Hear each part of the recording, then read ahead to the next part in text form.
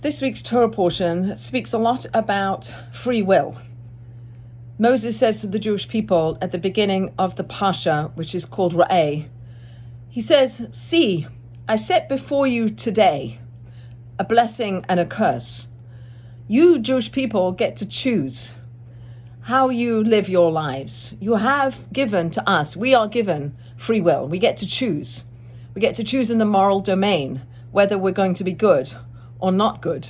We get to choose whether to see ourselves. This week's Parsha begins with the word Ra'eh, to see. See, I place before you this possibility of choice. How do you see yourself? Do you see yourself as a holy soul within a body that is able to act in the world, able to think in the world, able to speak in the world, goodness and compassion and love? And we get to choose that.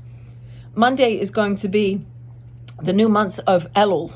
It's the month right before Rosh Hashanah, and it's a month where we start to be very introspective and to work on ourselves and to see the things that we want to change and the things that we want to be better at and the things that we want to improve. We get to choose. So please know, Jewish people, that you have the capacity to choose. And when you choose good, when you choose to be kind and loving and compassionate and to be the person that you are capable of being, then you will shine light into the world. Then you will be connected to the divine. Then you will be a conduit for light into the world. And then we will, as a people, with each one of us in the ranks of the Jewish people, each one of us shining our own individual light into the world, and together we will be what we are asked to be, the Or HaGoyim, the light unto the nations.